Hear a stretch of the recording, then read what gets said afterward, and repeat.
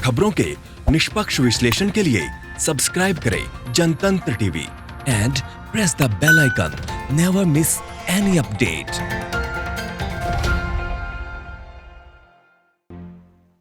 इस वक्त हमारे साथ हरियाणा के विधानसभा स्पीकर ज्ञानचंद गुप्ता जी हैं। इनसे बात करेंगे, जानेंगे कि हरियाणा की कोरोना को लेकर आगे क्या रणनीति है। सर, स्वागत है आपका जनतंत्र टीवी में। धन्यवाद अंजलि जी। सर, हरियाणा बहुत अच्छा कर रहा है, मतलब से 60% रिकवरी केसेस है, डेथ केसेस बहुत कम है। किस तरह आपने इस ग्राफ को मेंटेन करा है हरियाणा ने? देखिए, हमारे मुख्यमंत्री आदरणीय मनोहर लाल जी ने शुरू दिन से ही जो भी इंस्ट्रक्शंस हमारे देश के प्रधानमंत्री नरेंद्र मोदी जी ने दी, उनका अक्षरशः पालन किया।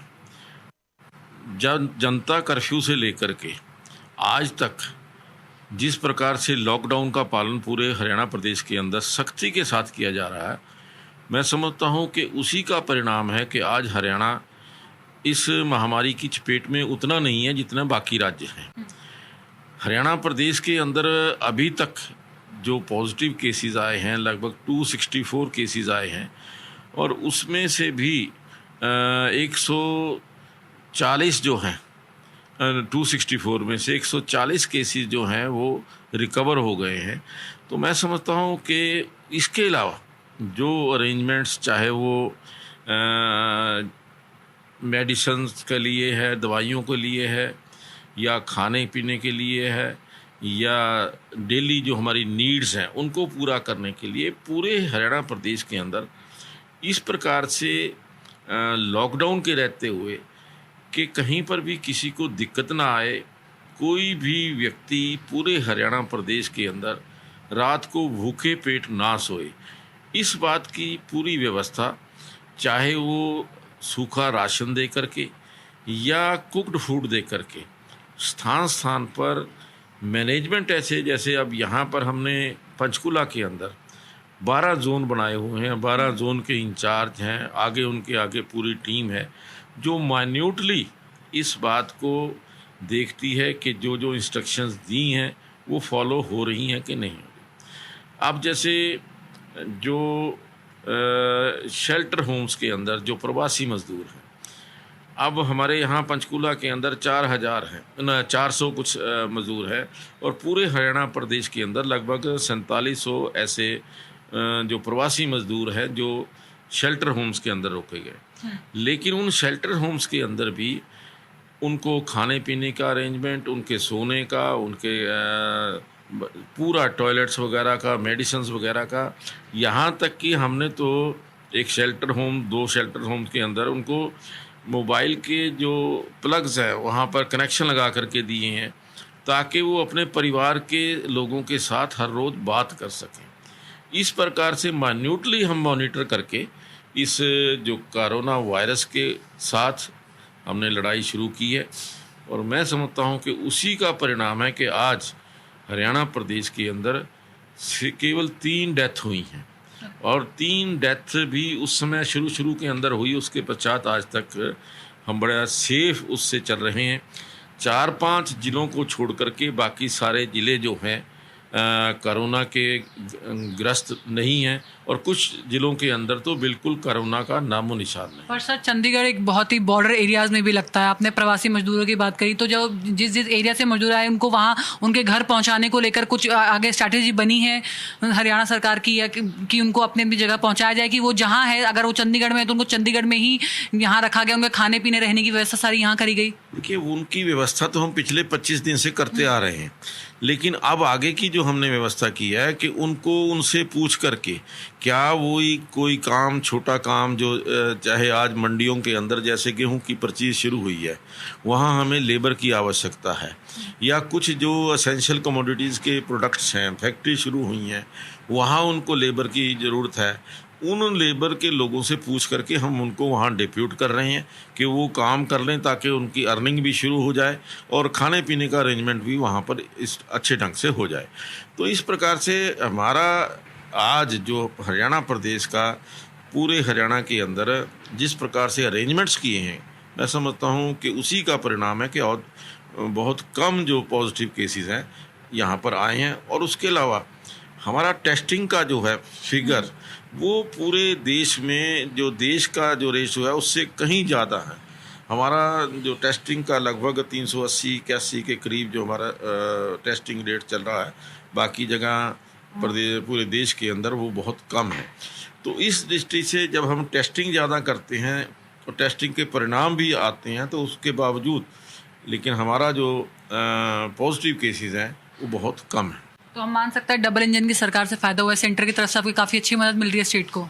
देखिए बिल्कुल, वैसे तो केंद्र सभी प्रदेशों को सहायता दे रहा है इसमें। सर बाकी सारे स्टेट्स में अगर मैं आपको हरियाणा के अलावा किसी स्टेट का एग्जांपल दूं तो काफ़ी जगह टेस्टिंग किट्स भी नहीं पहुंच रही है, और उनमें जो टेस्टिंग किट्स के रिजल्ट निकल रहे हैं वो ख़राब निकल रही है।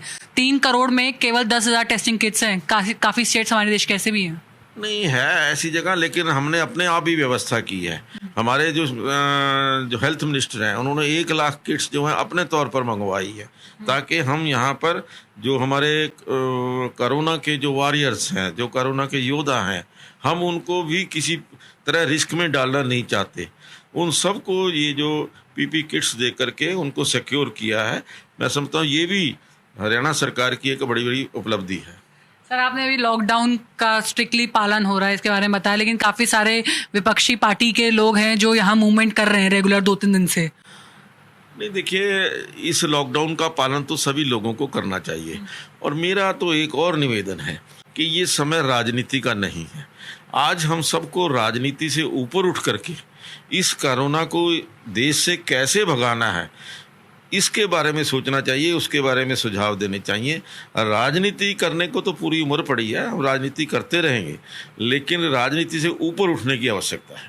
वो देखते हैं सर कि वक्त में क्या आता है कोरोना की मात के, पर आपने काफ़ी सारे इनिशिएटिव्स लिए हैं, अपने कोटे से भी काफ़ी ज़्यादा फंड रिलीज करा है, और आगे MLAs और ex-MLAs की सैलरी आपने 30 पर, तो जो फंड सारे इकट्ठा हुआ है उसको किस डायरेक्शन में आप लोग स्पेंड करेंगे आगे? नहीं देखिए, मैं समझता हूँ कि हमारे विधानसभा की ओर से जिस प्रकार से आदरणीय प्रधानमंत्री जी की PM केयर के नाम से जो अपील आई, और उसके अलावा CM कोविड फंड जो हमने स्थापित किया है, उस फंड के अंदर हमारे सभी विधायकों ने 90 के 90 विधायकों ने क्रॉस द पार्टी लाइन सभी ने 1 महीने की सैलरी दी, और उसके पश्चात 1 साल तक 30% सैलरी का जो हिस्सा है वो इस कोरोना फंड के अंदर देने का निर्णय किया है। इसके अलावा जो हमारा ऐच्छिक कोष है, जो सारे के सारे जितने मंत्री हैं उन्होंने 3-3 करोड़ रुपया उसमें देने का ऐलान किया है, और उसमें मैं भी, क्योंकि स्पीकर के नाते मैंने भी 3 करोड़ रुपए उसमें दिए हैं।